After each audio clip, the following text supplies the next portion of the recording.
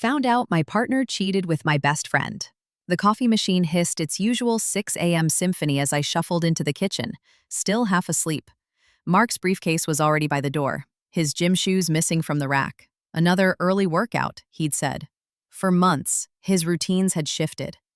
Longer hours, sudden trips, forgotten anniversaries. He's just stressed about the promotion, I'd told myself. We're all stretched thin. But that morning, my best friend Jenna's text lit up his phone on the counter. Last night was a mistake. I froze. My lungs tightened like someone had wrung them out. The coffee burned bitter in my throat as I stared at the screen, waiting for the words to rearrange into something that made sense. Jenna, my college roommate. The one who'd held my hair back after too many tequila shots, who'd cried with me when I miscarried, who'd stood beside me in lavender chiffon at our wedding. Her name glared back, accusatory, beside a hard-eyed emoji from Mark. I scrolled. Months of messages, secret meetups, hotel reservations, pet names I didn't recognize. The oven timer beeped. Blueberry muffins I'd baked for a charity brunch Jenna couldn't make last weekend. I gripped the edge of the counter, steadying myself as the room blurred. How long? How could they? My brain looped, a broken record. Mark came home late that night, smelling of her vanilla perfume. He didn't deny it, just stood there, jaw twitching, while I screamed until my voice cracked. It meant nothing, he said hollowly. Nothing. The word echoed, sharp as a slap. 3 days later, I confronted Jenna. She cried, mascara streaking, and called me selfish for not seeing how unhappy Mark had been. You were never enough for him, she spat. My legs buckled in the parking lot outside her apartment. Strangers asked if I needed help. I couldn't speak. Now I'm sitting in my car, engine off, outside his house. The porch light he always forgets to fix flickers. My suitcase is in the trunk, my sister's couch awaits. But part of me still wants to march inside, claw through every lie, scream until they both feel this shattered. But what's left to say? TLDR, caught my husband and best friend's affair via text. Now I'm numb, homeless, and questioning every memory of the last decade. Found my partner's secret messages with their best friend last night. I was folding laundry on the couch last night when Jake's phone buzzed. Normally, I'd never look. It's not me. But it lit up again. And again.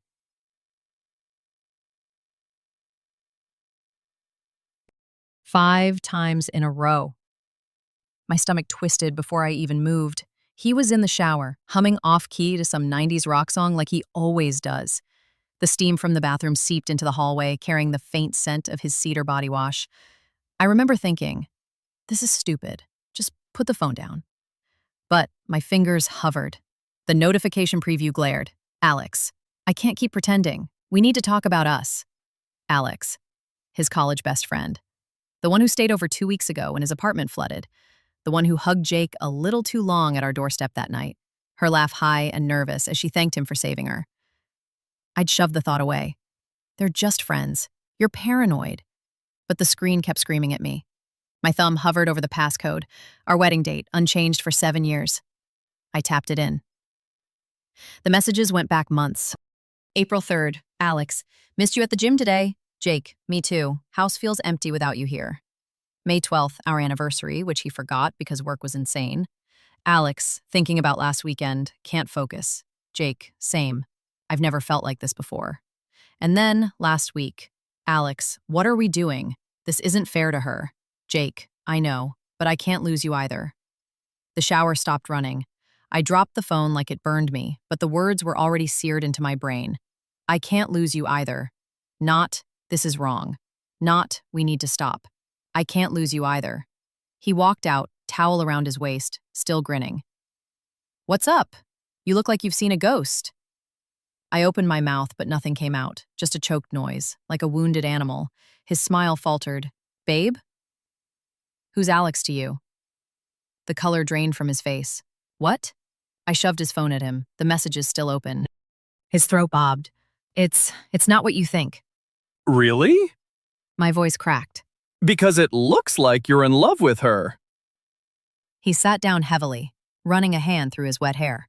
It just happened. We never meant to. We didn't do anything, I swear. It's just feelings. Feelings. The word tasted like ash. How long? He didn't answer. How long, Jake? 6 months, he whispered. I laughed, a sharp, ugly sound. 6 months. Half a year of him coming home late, claiming overtime. Half a year of flinching when I touched him. Half a year of thinking I was the problem. Too stressed from work, too tired, too much.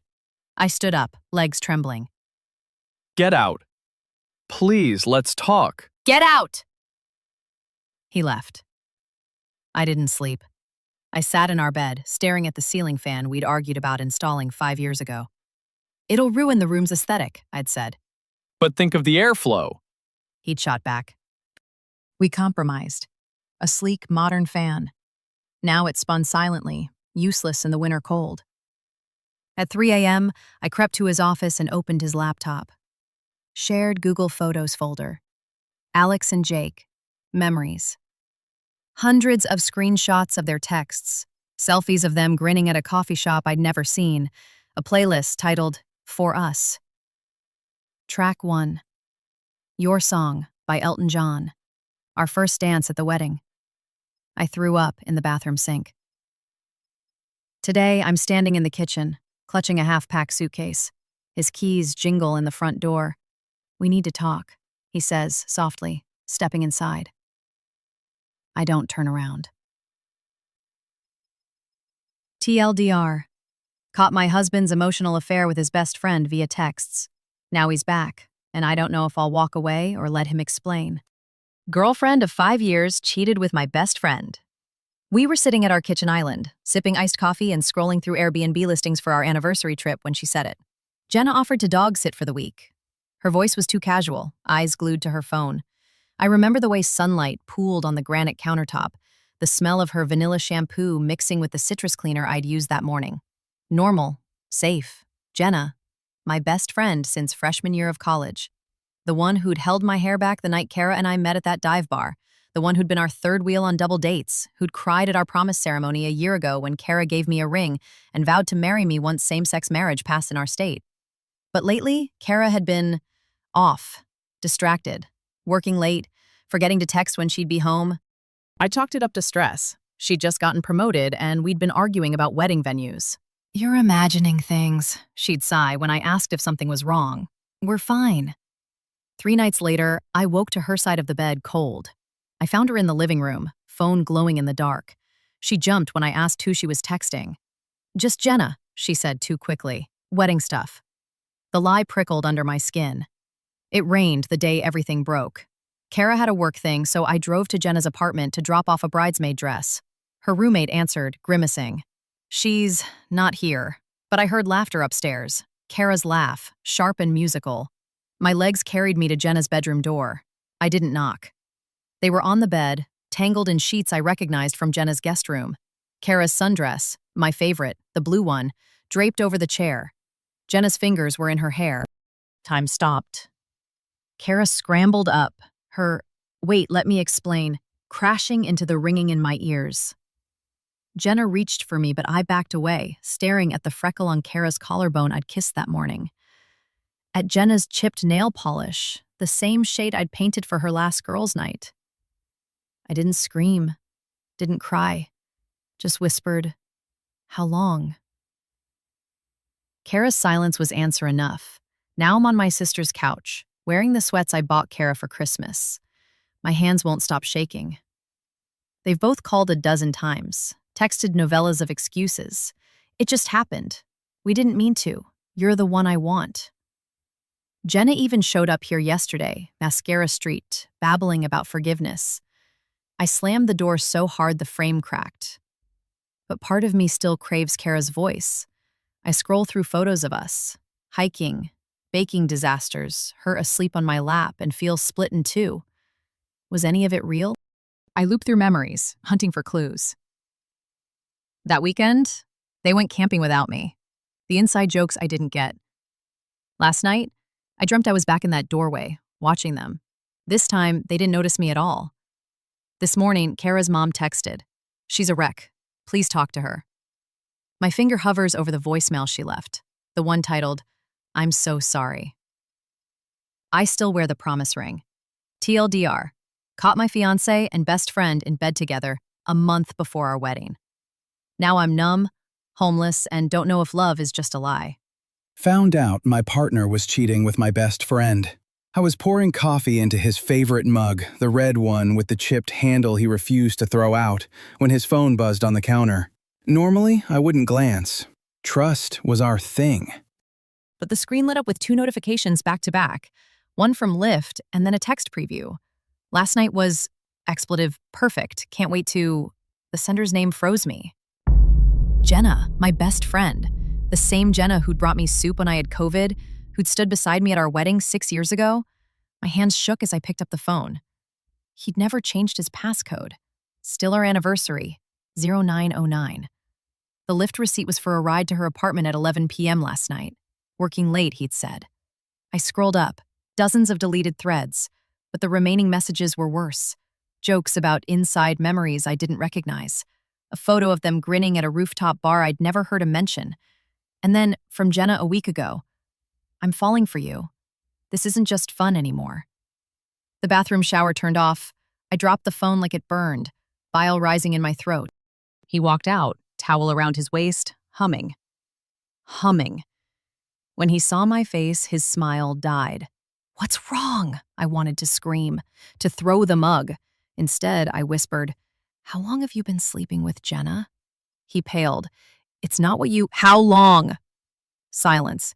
Then, softly, 5 months. The room tilted. 5 months. My birthday was 4 months ago. He'd taken me to a fancy restaurant, kissed me at midnight, told me I was his forever. All while texting her, while loving her. I stumbled toward the door, his voice chasing me. "Let me explain. It just happened. We didn't mean to." I drove to Jenna's, parked outside her building, tears blurring the streetlights. My fingers hovered over her contact. What would I even say? Thanks for ruining my life? A couple walked out of the lobby, laughing.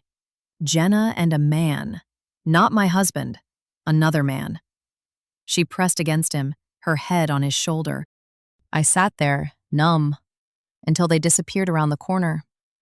Now I'm at a Hampton Inn, staring at the crack in the ceiling. His texts and voicemails pile up. "Please come home. We can fix this." But all I see are the photos from their business trip to Denver last month. The ones where they're wearing matching bracelets. The ones I took of them at the airport, joking about being third wheels. I haven't responded.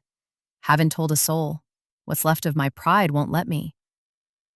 But I opened my laptop earlier and typed "divorce attorneys near me," then closed it. Part of me still wonders if I imagined it all. If I'll wake up tomorrow and he'll be beside me, the red mug in his hand, and none of this will be real. But I took a screenshot of their texts, sent them to my email, just in case. TLDR, discovered my husband and best friend's 5-month affair via text. Now hiding in a hotel, unsure if I'll fight for my marriage or burn it all down. Found out my fiancé was cheating during wedding planning. I was sitting cross-legged on the living room floor, surrounded by fabric swatches and spreadsheets, when his phone buzzed. Again. "Babe, can you answer that?"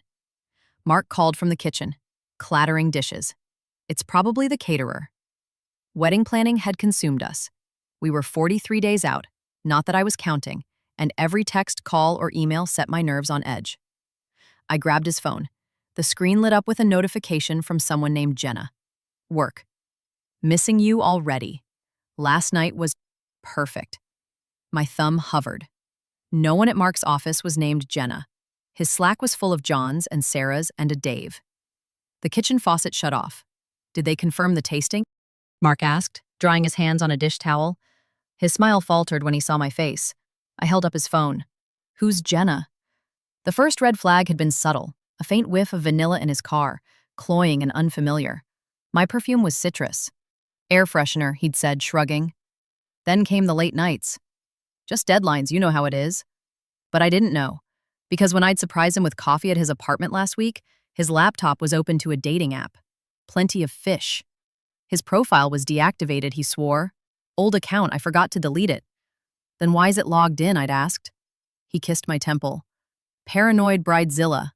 I laughed, but my chest tightened. Now, in our living room, Mark froze. His tan complexion paled to ash. It's not what it looks like, he said, voice thin. Really? My own voice splintered. Because it looks like you're sleeping with Jenna from work while I'm picking out ivory versus eggshell napkins. He reached for me. Let me explain. I stepped back, my heel crunching a sample photo of floral arrangements. Roses, his mom's favorite. How long? Silence. How long? He stared at the floor. 3 months. The room tilted. 3 months, since March, since we'd booked the venue, since he'd teased me for crying during our first dance lesson. It just happened, he mumbled. We were stressed and you were so busy with the wedding and I was busy? A hysterical laugh clawed up my throat. You're blaming me? I drove to my sister's in the rain, mascara streaking like ink. She held me while I sobbed into her couch cushions. What do? I whispered. Invitations are sent, the dress is paid for. My parents— Do you still love him? She asked. I thought of the way he'd memorized my coffee order, how he proposed on the dock where we'd had our first date, how he'd kissed Jenna where? His apartment, our bed? I don't know, I choked. Mark bombarded me with texts. I'll end it. I'll quit my job. We can fix this. But when I demanded proof he'd cut contact, he waffled. She's fragile. I can't ghost her. Fragile. I spent days alternating between numbness and rage. At our final dress fitting, the seamstress frowned. You've lost weight. I hadn't eaten in a week. Then, yesterday, a letter arrived. Mark's handwriting. Meet me at the gazebo tomorrow, please. Our wedding venue. I'm sitting in my car now, engine off, staring at the white arches draped in fairy lights. He's waiting, pacing in his stupid navy suit, the one he swore he'd wear to our vows. Part of me wants to scream. Part of me wants to run. But the smallest part, the one that still remembers his laugh before all this, wonders. You get to respect to her first. What if he's sorry? What if we survive? I opened the door. TLDR. Caught my fiancé cheating with a coworker while planning our wedding. Now he wants to fix things at the venue. I don't know if I can trust him or myself.